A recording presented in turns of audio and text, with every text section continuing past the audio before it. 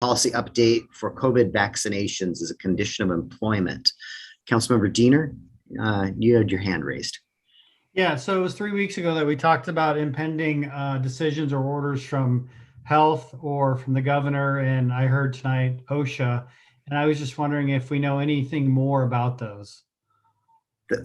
We are hearing that there will be an announcement on Thursday that now, is that WISHA giving us guidance? We don't know. Is it the governor giving a speech similar to the president? We don't know.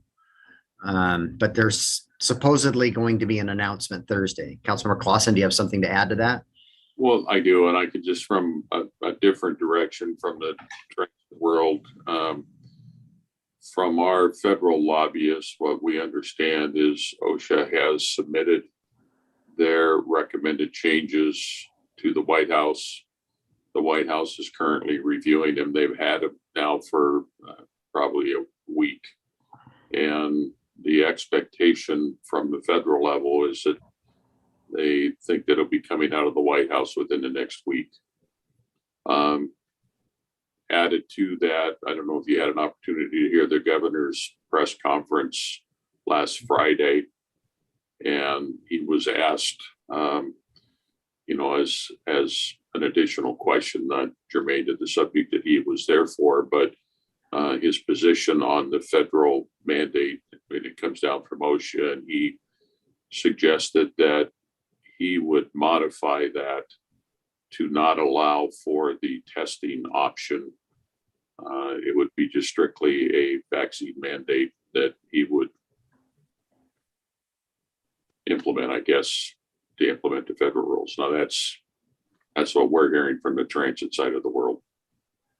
Councilmember Cushardi? Yeah, John, I'm hearing the same thing from some of the other associations I'm involved with on the private sector. And again, which is why I just believe this is coming at us very, very soon. And it just ends the argument, and it I don't know, takes our city council away from having to make a ruling on this. So anyway, I've said enough. Okay. Councilmember Rose, Pepe? Sorry, I need to get it off mute. We keep waiting and waiting, and I feel like we're in that play waiting for Godot. I would like us to move forward with this. I think the science is there. And again, we're not forcing people to come to work. We're not forcing people to get the vaccine. It's a condition of employment. And I've had my say. Okay. Any last comments? Councilmember Clausen? Yeah, I would just add, in kind of in line with what Jay was suggesting, not only are we waiting, but to me, I see this as just two completely different issues. Having a vaccine requirement of our existing employees is a whole lot different in my mind than simply putting an additional condition of employment for new hires. It's not like it's a surprise. When you want to apply for a position, here's all of the requirements for that position, and you know them up front, and you then make the decision whether you want to apply or not, or go to another jurisdiction. That's, to me, is a big difference. Any other last comments, questions?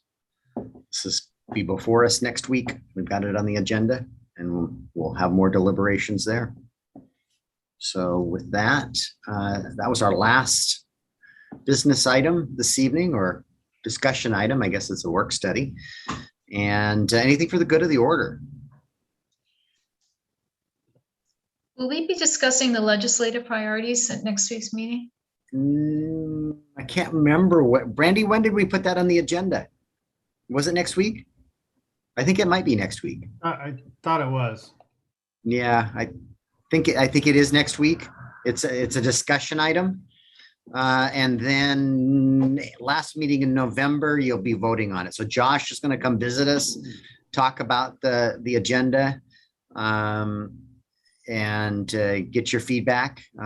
You're welcome to reach out to me individually if you have concerns or something you think is grossly missing, and I can maybe address it ahead of time. So I was, because that was a draft document. Yeah, and you did said it'd be a discussion on next week's meeting within your email. All right. Like Yep, back. got it added. Yep. So I'm going to call on back Councilmember Ashby and then Councilmember Rosepepe for good of the orders. Right, what I was going to say, just to follow up on the legislative agenda for the city of Port Orchard, the Peninsula RPTO has wrapped up or has what we call a legislative folio, an outline of issues that are important to us. And I will make sure we get that to all of our council members prior to the meeting next week. But I will say that the first bullet point is consistent, sustainable transportation funding. And remembering that the RPTO, of course, is going to focus only on transportation. So And I think we have that as one of our top priorities. it was listed number one. I don't know if that meant it was number one or if they were put in priority order. And the same with the RPTOs. We've got 4 primary bullet points, but that is the first one that we bring to everyone's attention is consistent, sustainable transportation funding. Councilmember Rosepepe? Just real quickly, to end on a high note, and thanks, Cindy, for bringing that up about the legislative. I thought the mayor did a great job of capturing what had gone on through the year, legislative items that had come up during our council meetings. Also, last Saturday was the Oktoberfest downtown, along with the last farmers market, and it was a gorgeous day. And we have so much to celebrate about our city and our town and the citizens that were downtown. It was a very enjoyable day, and the refreshment was very cold. I'll leave it there. All right. With that, anything last good of the orders? All right. With that, we'll see you soon on another Zoom meeting. Hi, everybody. Thanks, everybody. Bye. Good night.